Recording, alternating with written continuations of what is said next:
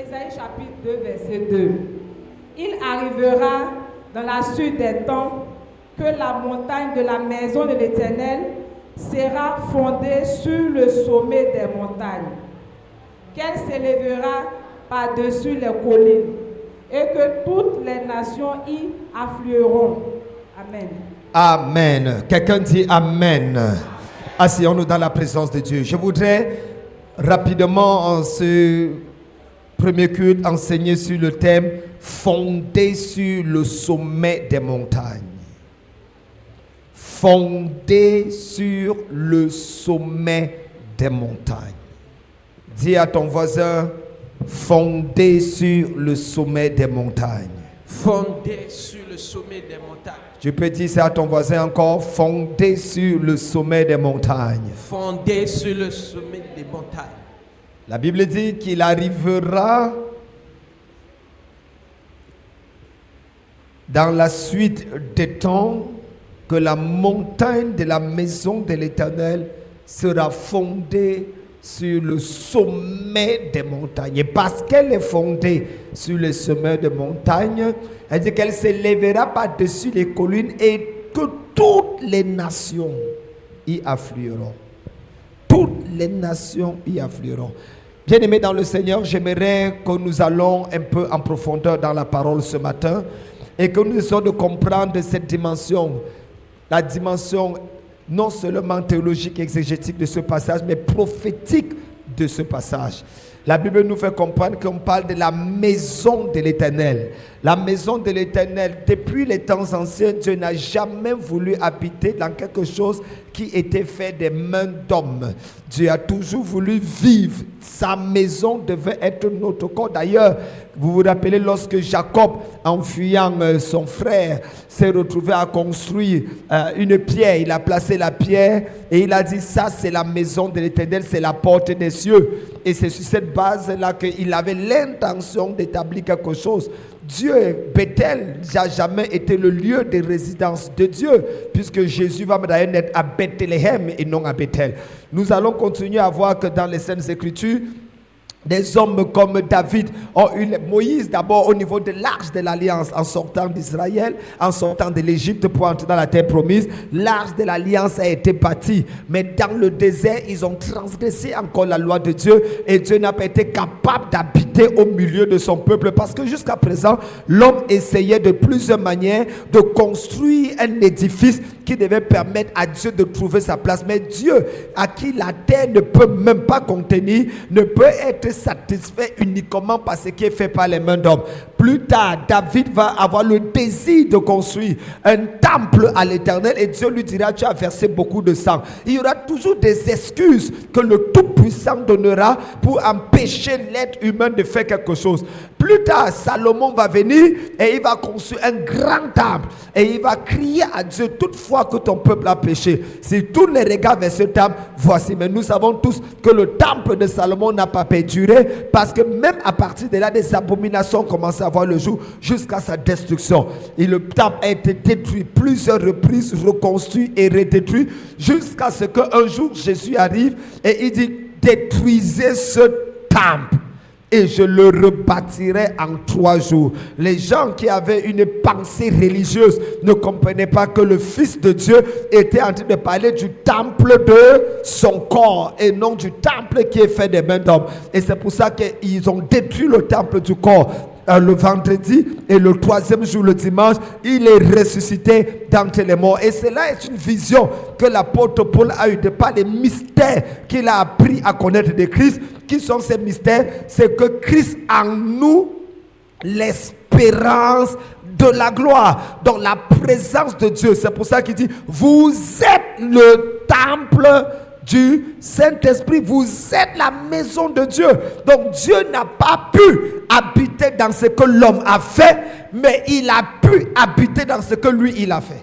Il habite dans le corps que lui il a produit. Dieu créa l'homme à son image, selon sa ressemblance, et il souffla dans ses narines un souffle de vie, et l'homme devint un être vivant. Alors quand on parle de la maison de l'Éternel, située au sommet des autres maisons, il ne s'agit pas juste d'un 4 murs de l'édifice, mais il s'agit de toi et de moi. Quelqu'un n'a pas dit Amen. Oh, je n'entends pas un bon Amen.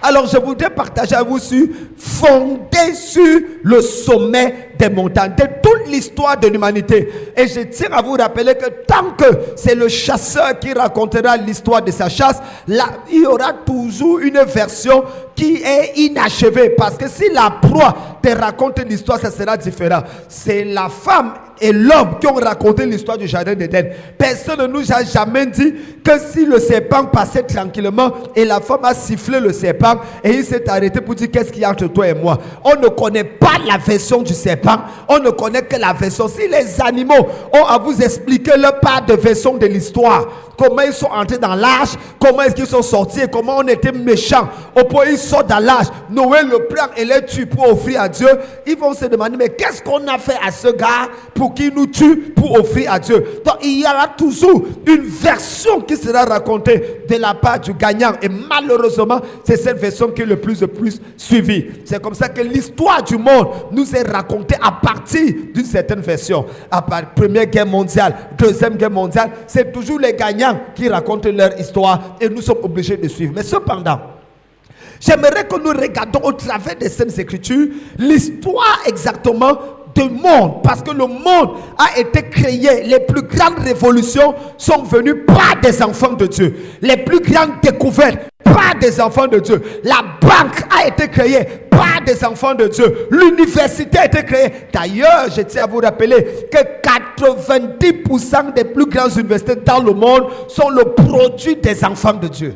L'université de Oxford, Harvard, la Halle, toutes ces universités de Pennsylvanie ont été créées par des hommes sous l'inspiration de Dieu. Le Saint-Esprit donc avait pour objectif non seulement de nous amener au ciel, mais de nous faire régner sur la terre. Il faudra que nous ayons cette conception qu'en tant qu'enfant de Dieu, le ciel est un objectif, oui. Mais avant d'avoir, il y a un processus pour arriver. Nous n'entrons pas au ciel en rampant. Nous entrons au ciel en vainquant. À celui qui vaincra, dit le Seigneur. La victoire, c'est dans notre parcours sur la terre. Il faut donc comprendre que mon existence sur la terre, en tant qu'enfant de Dieu, a pour objectif de révolutionner quelque chose, d'apporter quelque chose, d'introduire quelque chose ou de perfectionner quelque chose. Si mon existence, ma présence n'apporte pas un plus dans ma génération, je dois mettre un point d'interrogation sur le Saint-Esprit que j'ai. Je ne peux pas être dans une famille qui est née dans la pauvreté et je quitte cette famille en la laissant dans la pauvreté. Je peux être dans une famille dans la malédiction et je quitte cette famille dans la malédiction. Je peux être dans une famille en location et je quitte cette famille en location. Something is wrong somewhere. Il faut que nous ayons une autre vision des choses, fondée sur le sommet. C'est une prophétie d'Ésaïe qui dit qu'à la suite des temps, la maison de Dieu, l'église de Dieu, l'enfant de Dieu. Et Jésus ne va pas contredire Ésaïe quand il va dire dans l'évangile de Matthieu qu'on n'allume pas une lampe pour la mettre sous le boisseau, mais on la met sur le chandelier afin qu'il éclaire toute la maison. Il dit que les païens, les hommes de ce monde voient vos bonnes œuvres et qu'ils glorifient ainsi votre Père. Que votre lumière luise devant les hommes. Après ce message, je ne prie pas seulement pour ton cœur, mais que quelque chose se passe dans ta tête qui va te révolutionner au nom de Jésus. Amen. Ta manière de dire Amen ne me convainc pas encore. Amen. Dis avec moi, fondé sur le sommet des montagnes. Fondé sur le sommet des montagnes. Ce n'est pas fondé sur la terre dans la vallée, mais ma fondation, mon point d'appui, c'est à partir du sommet des montagnes. Je pose mes pieds sur le sommet des montagnes. Quand Jésus est venu pour la première fois, il est venu en posant ses pieds dans une mangeoire, quelque part en bas là où il y a les animaux. Quand il reviendra la deuxième fois, c'est sur le sommet des monts des Oliviers qu'il posera prophétie pour dire qu'en réalité il attend rencontrer son église où? Sur le sommet des montagnes. sur le sommet. Comment faire? Quelles sont 4 clés que nous devons développer pour pouvoir vivre la vie fondée au sommet des montagnes? La première chose d'abord, avant de donner les 4 clés, laissez-moi vous dire pourquoi est-ce que ta vie doit être sur le sommet des montagnes. Numéro 1, parce que ton influence a plus d'importance que ton éloquence et ton éducation. Ton influence a plus d'importance que ton éloquence ou ton éducation.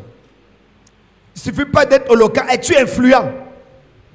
Avez-vous remarqué qu'aujourd'hui, les personnes qui, à la limite, sont en train de dicter les lois et les vertus, ce sont les influenceurs. Il y a un possédé qu'on a appelé c'est Nicatol ou Nicafol ou Nicafou qui a captivé littéralement les réseaux sociaux. Sur les papas comme les mamans, les jeunes, tout là.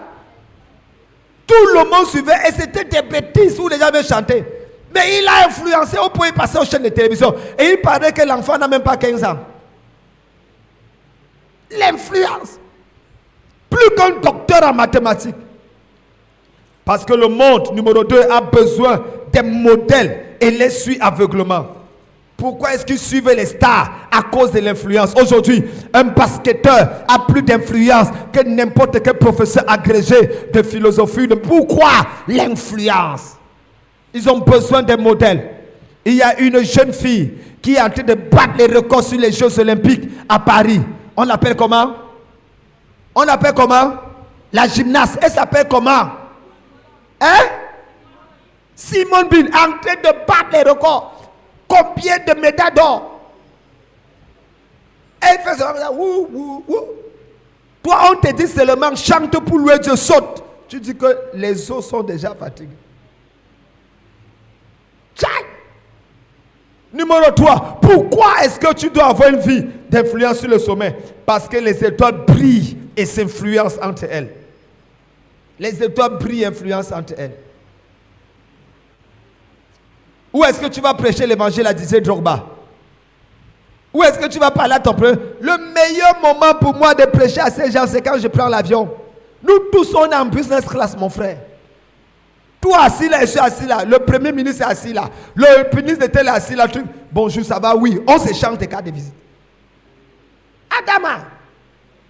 Parfois, voyager dans certains milieux, se déplacer, ce n'est pas parce qu'on veut, mais c'est parce que c'est là-bas qu'on peut les toucher. Pourquoi est-ce que nous devons avoir une vie fondée au sommet? Et enfin, parce que Kabazunte et Kakakatala. Est-ce que je peux parler à quelqu'un? Laissez-moi rapidement donner 4 raisons pour lesquelles la vie doit être numéro 1. 4 clés. Numéro 1, la primauté de Dieu dans ta vie. La primauté de Dieu dans ta vie. Matthieu 6, verset 33. Les gens aiment beaucoup citer Matthieu 6, 33, mais ils ne citent pas le verset 31 et le verset 32. La primauté de Dieu dans ta vie.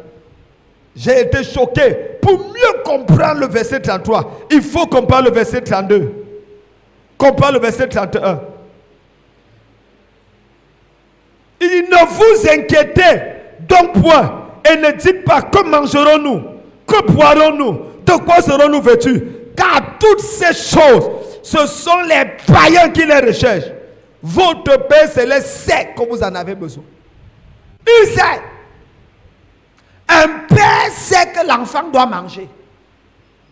L'enfant ne vient pas dire, papa, où est la ration? Maman, où est la ration? Où est la nourriture d'aujourd'hui? Papa se lève le matin avec maman. Ils ont déjà dit que voici, le papa dit voici l'argent. Maman a déjà fait le programme. L'enfant ne vient pas prier pour manger. Nous avons tellement baissé le standard. Votre Père Céleste sait que vous en avez besoin. Ne dites plus que mangeons-nous, que boirons-nous, de quoi serons-nous vêtus. Ce sont les païens. Ce sont les païens qui les recherchent. Pour comprendre le verset 33, il faut comprendre le verset 31 et 32. Et qu'est-ce que Dieu dit? Quand il dit ce sont les païens qui les recherchent, il ajoute: cherchez premièrement le royaume de Dieu et sa justice. La primauté de Dieu. Les gens qui ont une vie au sommet de la montagne, sont les gens qui, selon l'échelle de Maslow, vous avez appris, toutes ces choses s'apprennent à l'école.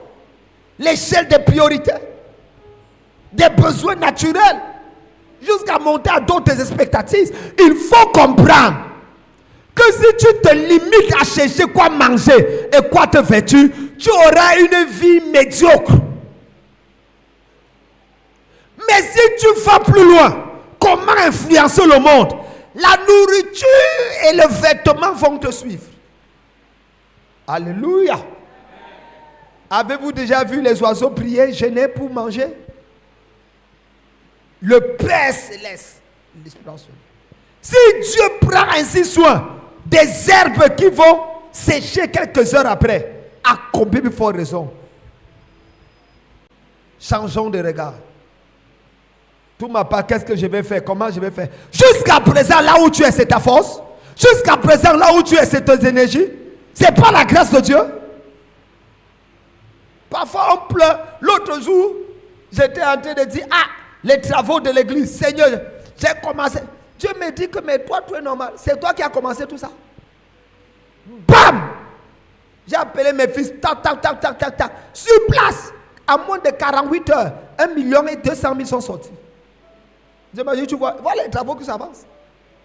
Le Père Céleste. Tout à l'heure, quand je suis arrivé au bureau, les enfants sont venus dans un autre véhicule. Dès qu'ils arrivent, mon fils arrive à la maison. J'ai du coup sorti, j'ai dit voilà 10 000 francs, tu donnes 3 000 pour ceci, 3 000 pour ceci, pour tes offrandes. J'essaie. Il ne m'a pas demandé.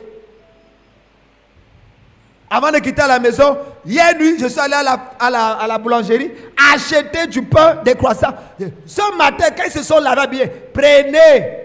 J'ai appelé, prenez. J'ai eu ça. J'essaie. Si méchant comme je suis, avec la tête pécheresse et le corps rempli d'abominations, je peux penser comme ça. À combien plus fort raison Dieu le Père? Si toi, méchant comme tu es, tu peux penser comme ça de ton enfant. Imagine Dieu.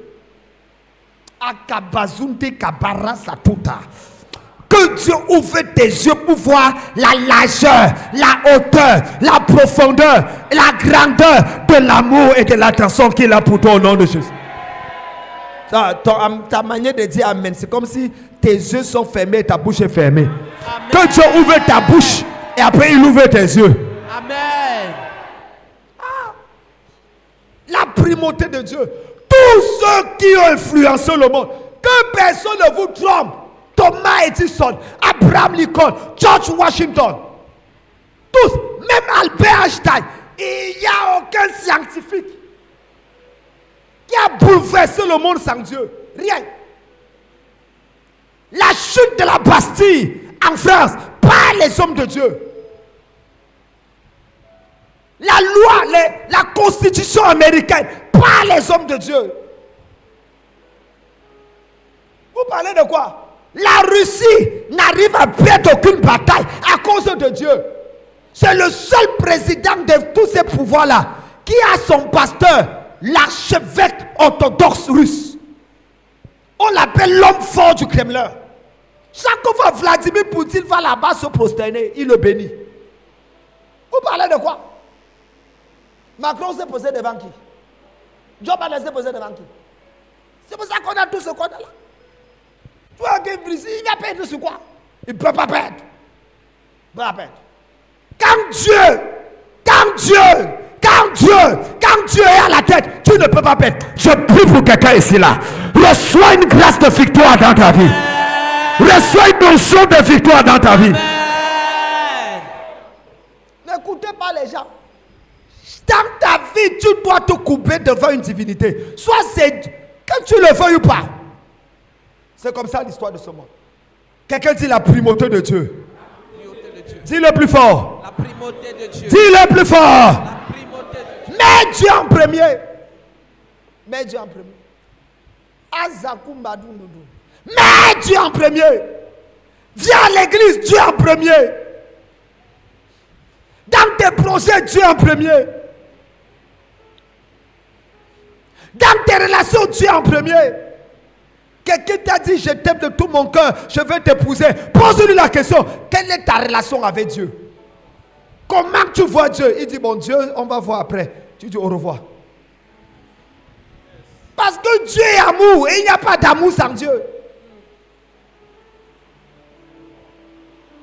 Quelqu'un te dit, je vais te donner un travail, 800 000 francs le mois, 1 million le mois, mais le dimanche est inclus. Tu dois travailler le dimanche, tu dis au revoir. Au revoir, au revoir. Tu vois, au revoir, au revoir. Ça sert à quoi un homme de gagner le monde entier s'il perd son âme? Le dimanche appartient à mon Dieu.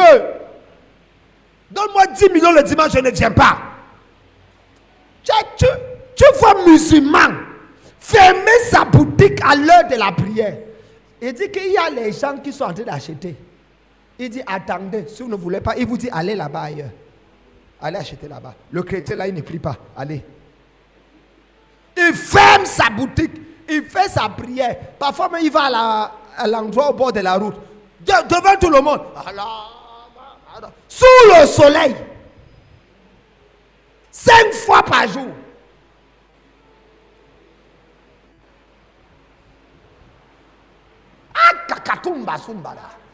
Tu es incapable de fermer ton bureau pendant 10 minutes. Pas toi, excuse-moi, c'est mon heure de prière. Incapable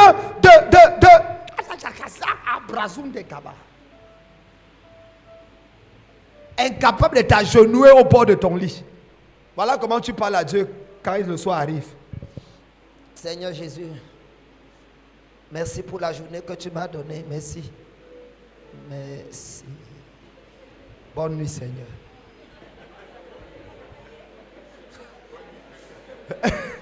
Il dit bonne nuit, Seigneur. Après, il est étonné qu'on le poursuit la nuit.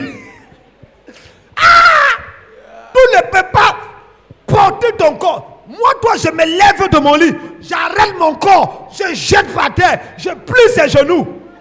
Et je dis prie. Prie. Et après, tu ramasses ton corps. Tu le remets sur le lit. Tu dors maintenant. À partir d'aujourd'hui, ton corps va obéir à ton esprit. Amen. Non, ta manière, ton corps va obéir à ton esprit. J'ai dit ton corps va obéir à ton esprit. Amen. Adama. Numéro 2. Deuxième clé pour une vie au sommet. La vision du sommet. La vision du sommet. Il ne faut pas juste mettre Dieu en premier, mais il faut avoir la vision du sommet. Hey, ta destination dépend de ta vision. Ta destination. Ta destination dépend de ta vision. Ce que tu te vois faire de manière consistante détermine où tu te trouveras éventuellement. Ce que tu te vois faire de manière consistante détermine où tu te trouveras finalement. Rien ne résiste à l'assaut d'une pensée têtue et obstinée. Rien. Rien. En 1992, j'avais mis dans ma chambre la photo de Billy Graham. J'avais arraché la couverture de John Pollock, autobiographie de Billy Graham. J'ai placé, j'ai fait ça 4 ans. Même si on changeait, j'étais toujours, je le regardais. Je dis, je prêcherai comme cet homme. Je prêcherai 92. En 92, il y a 22 ans. 22 ans. 32 ans. Il y a 32 ans. Je connais John Pollock. Biographie, autobiographie de Billy Graham. Sa photo, il était là comme ça. Aujourd'hui, je suis considéré comme l'un des meilleurs prédicateurs de ma génération. Rien ne résiste à une pensée. La bazooka baza. Pendant que j'ai un frère jumeau, lui, son rêve, c'était de devenir un homme d'affaires et de voyager. Aujourd'hui, il est de nationalité allemande. Il vit au Canada. L'autre, mon grand frère, son rêve, c'est de devenir professeur de mathématiques, comme un autre de mes grands frères qui l'aimait beaucoup. Aujourd'hui, il est professeur à Ottawa, au Canada. Moi, mon rêve, c'était d'affecter l'Afrique, changer l'Afrique, bouleverser l'Afrique. Je suis allé aux États-Unis avant eux tous. Aller en Euro-Canada, mais je suis revenu. Moi, voici en Afrique. Azaïbla ou Kakapata. Je prie pour quelqu'un ici là.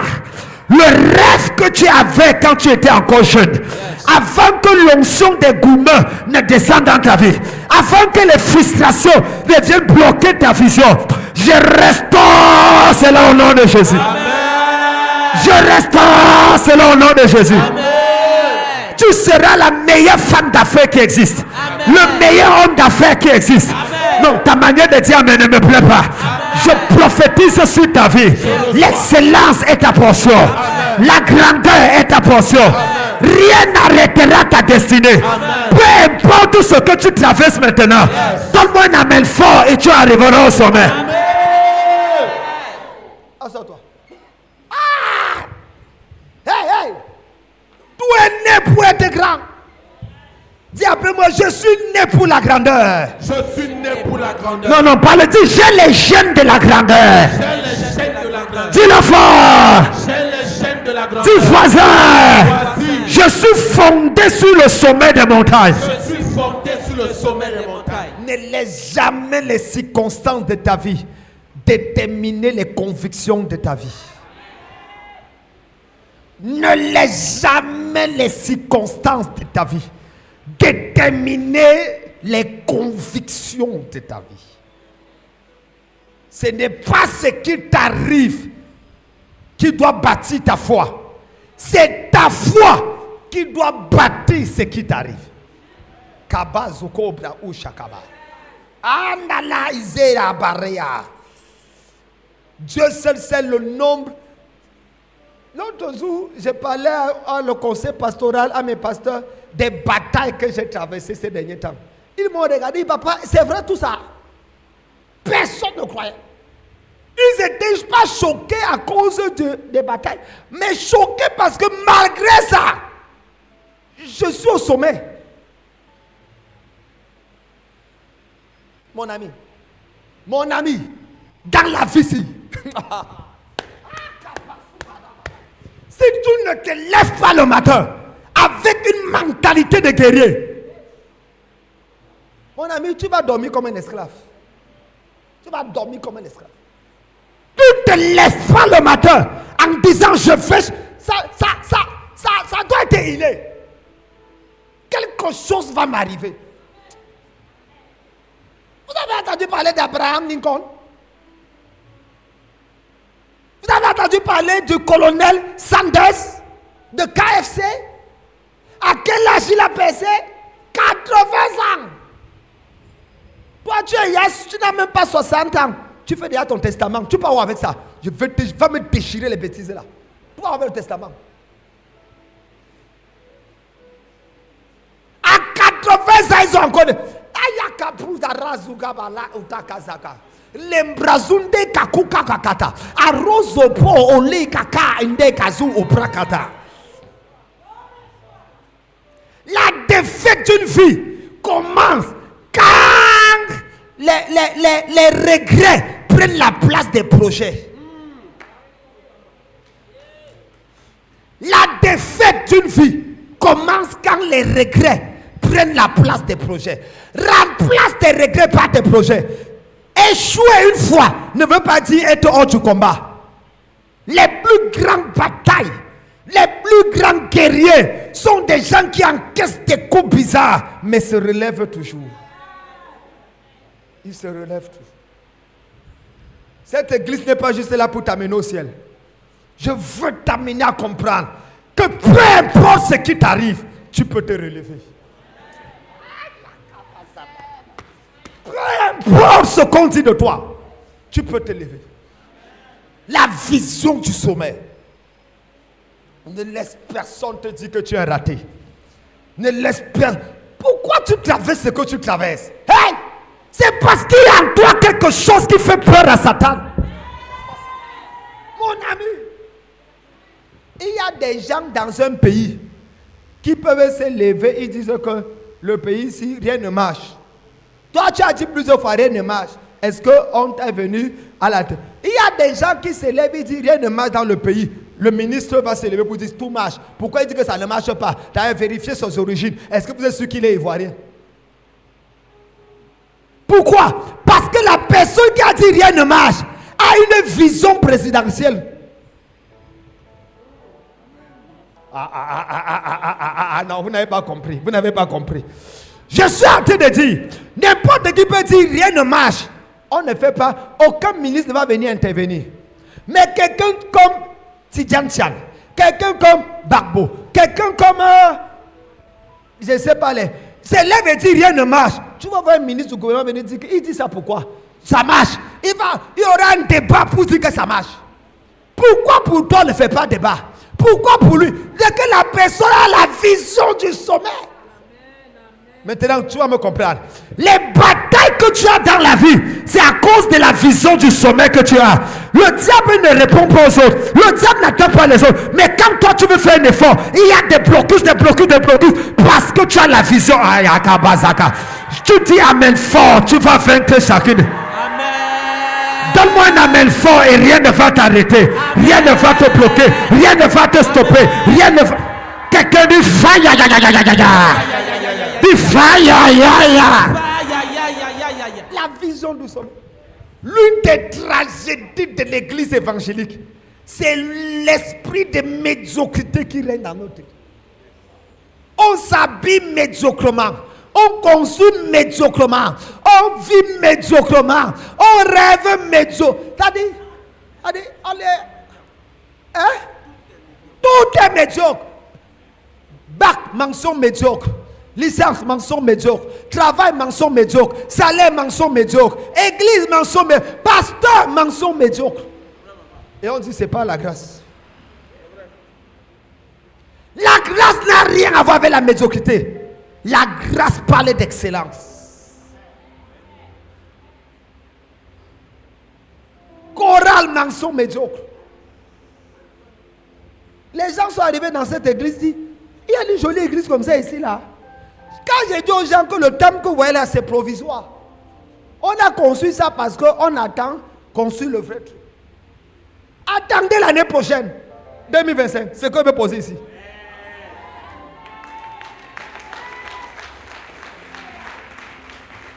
D'abord, avant décembre, le mur se quitte. On prolonge. Et après, on met les poteaux pour d'aller et construire quelque chose encore haut. Vous parlez de quoi? Et ça, ce n'est pas notre lieu définitif. Non! Ça, c'est le Jean-Baptiste de notre Jésus. Parce que c'est une église de 10 000 places assises qu'on va construire ici à Abidjan. Même s'il faut casser un immeuble pour faire, ça va se faire. Mets ta main sur ton front. Dis Seigneur. Ah non, parle, mais dis Seigneur, donne-moi la vision de l'excellence. Donne-moi la vision du sommet.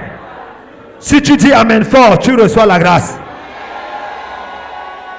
Vous savez, dans Ephésiens 3, verset 20, la Bible dit, qu'est-ce qu'Éphésiens 3, verset 20 dit?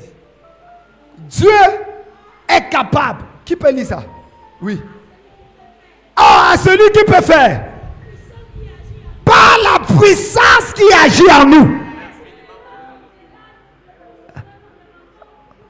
C'est le deuxième là qui m'intéresse. Oh, à celui qui peut faire. Par la puissance qui agit où? La puissance là agit où? Ah, vous ne répondez pas. La puissance là agit où? La papa. Il n'utilisera pas une autre puissance. Il y a un dynamis en toi. Il y a une force en toi. C'est pour ça qu'il dit, Gédéon, va avec la force que tu as. Par la puissance qui agit à l'intérieur. Dis à ton voisin, il y a quelque chose en moi. Si tu n'as rien, ne dis pas ça, pardon, laisse ton voisin parler. Dis à ton voisin, il y a quelque chose en moi.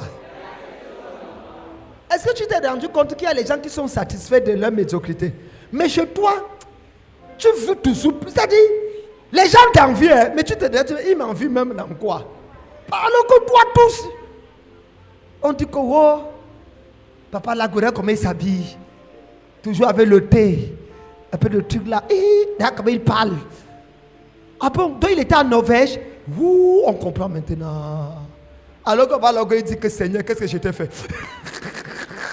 Depuis que j'écris là, ça ne marche pas. Oh, où sont mes pépites d'or? Où sont mes diamants?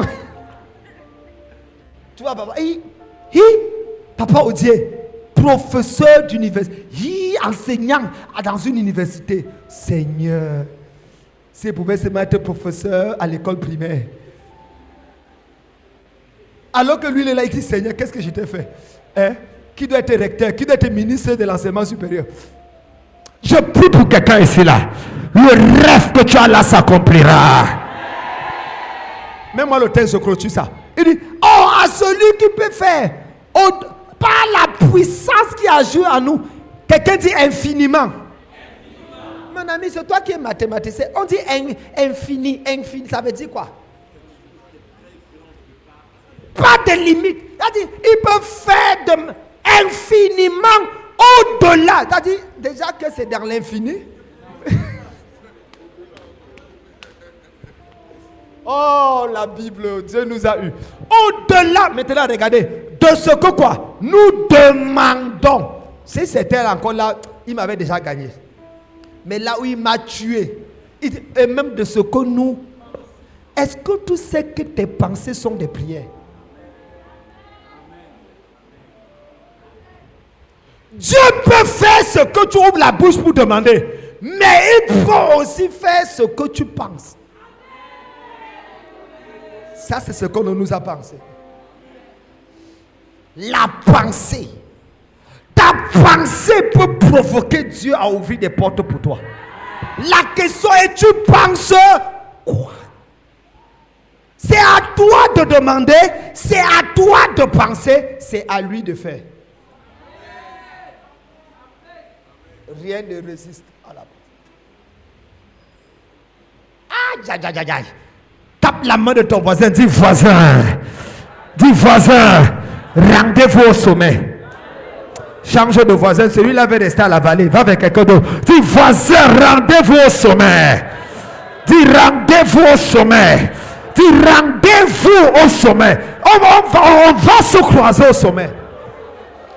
Numéro 3. Numéro 3 et avant-dernier point. Le service royal. Fondé au sommet, troisième clé, le service royal. Marabazaka. Pour être fondé au sommet, il faut être un instrument du sommet. Il faut servir l'instrument du sommet. Il faut servir l'instrument du sommet. Il y a un instrument qui doit te conduire au sommet. Oh my God, my God. La Bible dit que quoi? Voici, on appela Élisée en disant, voici Élisée le prophète qui s'est versé l'eau sur les mains de qui? D'Élie. Un instrument au sommet. Josué a réussi à être au sommet en servant Moïse. Il ne faisait pas parmi les 70 anciens. Non. Le service de l'instrument du sommet. Joseph a servi Potiphar. Et il a embauché Potiphar. C'est quoi un instrument? C'est quoi le service royal? Numéro 1. Le service royal, c'est servir l'instrument du sommet en sachant que c'est Dieu qu'on sert. C'est servir l'instrument du sommet en sachant que c'est Dieu qu'on sert. Il n'y a personne qui est devenu grand en se rebellant contre l'instrument que Dieu a placé sur ta vie pour te... Mon ami, mais écoutez-moi. Ça ne marche pas seulement dans le milieu chrétien. Même dans la sorcellerie, ça marche. Dans la politique, ça marche. Dans l'économie, ça marche. Quand ton père avait une grosse boutique, un grand magasin, et qu'il t'a mis là-bas, tu mangeais tout. Et il y avait l'enfant de sa soeur qui gérait bien la boutique. Ton père laissait la gestion de la boutique à qui? À son fils ou bien à celui qui gérait bien? À celui qui gère bien. Écoutez, toute personne qui veut être fondée au sommet a un instrument du sommet que Dieu place sur le chemin de sa destinée. Il a quoi? Un instrument du sommet que Dieu place sur le chemin de sa destinée. Dieu a placé Moïse sur le chemin de Josué, Élie sur le chemin d'Élisée, Potiphar sur le chemin de Joseph, Saül sur le chemin de David. L'instrument vers le sommet. Maintenant, pour être fondé au sommet, tout dépend de la manière que tu sais l'instrument du sommet. Numéro 2, c'est quoi le service royal? 2, c'est servir l'instrument du sommet en sachant que la récompense vient de Dieu. Oui. Tu le sais, premièrement, en sachant que c'est Dieu qui sait. Deuxièmement, tu le sais en attendant ta récompense de Dieu seul. De qui? De qui? Assure-toi. Pas que je suis dans le protocole du Père et il ne m'a jamais souri. Tu es là pour qui sourit pour toi? Il ne m'a pas appelé. Mon anniversaire, il ne m'a pas faroté. Donc tu es venu pour le farotage. Ma récompense vient de Dieu seul.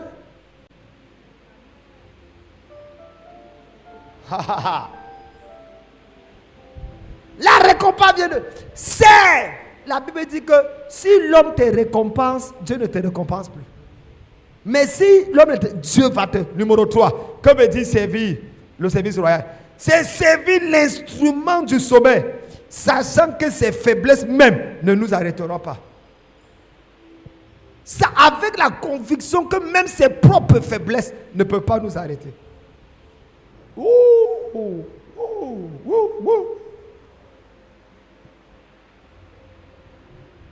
Vous vous rappelez? Moïse avait les mains levées sur la montagne. Aaron et Hur tenaient. L'autre, vous savez que les Juifs ne se rasent pas beaucoup, non? Ils aiment la barbe, les poils. C'est vrai ou c'est faux? Oui. Donc quand Moïse levait les mains sous le soleil, imaginez l'odeur, il n'y avait pas le parfum, l'odeur qui sort de là. Et Aaron et Hur sont là. Certaines personnes, pendant qu'ils servent l'instrument vers le sommet, ils commencent à je ne savais pas que ça sentait comme ça. Il y a un prix à payer. Je peux vous choquer? David, Dieu l'a pris de la bergerie pour le mettre sur le trône. Mais il est passé par un instrument du sommet. Saül. Je vais te choquer maintenant. Saül n'aimait pas David, il voulait le tuer. Je continue à te choquer. Saül était possédé. Il y avait un vrai démon en lui. David savait que Saül avait un démon. Mais David continuait à servir Saül. Pourquoi? L'instrument du sommet.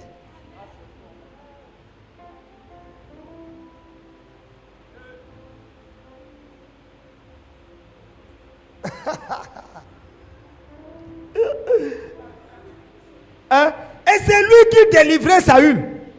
Et quand il finit, Saül peut encore être possédé. Et il était obligé de... La délivrance de Saül, c'était presque chaque semaine. Et il continue à servir. Il dit, sors de ce corps, sors du corps de mon patron. Le démon, il dit, patron, je te sers à manger. Tu veux boire quoi?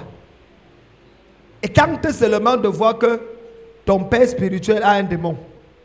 Non, même pas un demi-démon. Est-ce que tu as vu comment il a manifesté l'autre jour pendant le culte? Hein? Certaines personnes, même quand ton pasteur est malade, tu l'abandonnes. Comment il peut être malade? Comment est-ce possible que mon pasteur soit l'homme de la foi? Dieu n'est plus avec lui. Toi, quand tu es malade, tu viens là. Je prie pour quelqu'un ici là. Reçois la grâce de servir l'instrument vers le sommet. Dis Amen fort. Amen. Le quatrième et le dernier point. Développer le caractère royal. Fondé au sommet, il faut développer le caractère royal.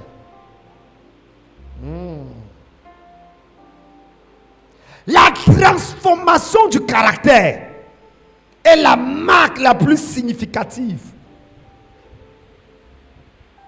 de l'impact du christianisme.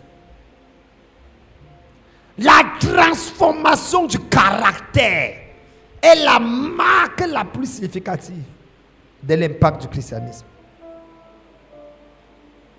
On reconnaît un chrétien par ses fruits et non par ses dons. Venir à l'église avec le même caractère, sans le désir de changer, c'est une perte de temps. C'est une perte de temps. Et c'est là où je vais m'arrêter. Quelqu'un dit le caractère. Il faut avoir un caractère royal, un caractère de sommet. C'est quoi le caractère de sommet? Regardez-moi. C'est premièrement à l'intérieur de toi. Avoir des attitudes de quelqu'un qui... Une femme qui se marie, qui va se marier, ce n'est pas la prière, le jeûne. Arrête de juger les démons du célibat. Laissez-moi vos histoires là. Il y a en toi quelque chose qui attire le mariage. Le caractère du mariage. Une femme qui doit se marier. Azuka Barabazada. Elle a le truc là. Elle a un truc. On se comprend? Elle a le... Quelqu'un dit le truc. C'est pas les perruques qu'elle met sur la tête. Oh. C'est pas les... Agrandi, les... Non. Le caractère du mariage à l'intérieur. Toi, tu te mets en colère comme une pie. Tu parles comme un perroquet. Et tu veux te marier. Dès qu'elle te dit que bonjour, vraiment, excusez-moi. Hey, c'est pour ça que vous êtes ici. Abraham, Isaac, Jacob, Joseph, Jésus, Marie. Et puis maintenant, Abraham, Paul, Timothée. Et pas phrase. Tu dis, ma soeur, c'est quoi? Mauvais caractère. Femme qui va durer dans le foyer, quand tu vois, tu sais. On ne me parle pas comme ça. Femme qui ne va pas se marier, quand tu vois, tu sais. Je n'ai pas à mourir pour un homme. Pourquoi? Je meurs pour lui. Pourquoi? Moi, je ne lutte pas pour un homme. Hein? Je lutte pour quoi? S'il veut, il fait. Il ne veut pas. C'est quoi ça? Hein? Je ne donne pas mon argent à un homme. Moi, je donne mon argent à un homme. Que c'est quoi? Femme qui ne va pas se marier, quand tu vois, tu sais. Que les mamans là ne vous trompent pas. Les mamans donnaient l'argent. La preuve, même dans le foyer. Tu vois, les mamans donnent à papa jusqu'à... Elle rationne même, elle te fait croire que c'est le papa qui a rationné. C'est pas vrai? Papa est broken. Mais maman fait tout. Mais elle ne dit pas que c'est elle qui a fait. Mes filles d'aujourd'hui.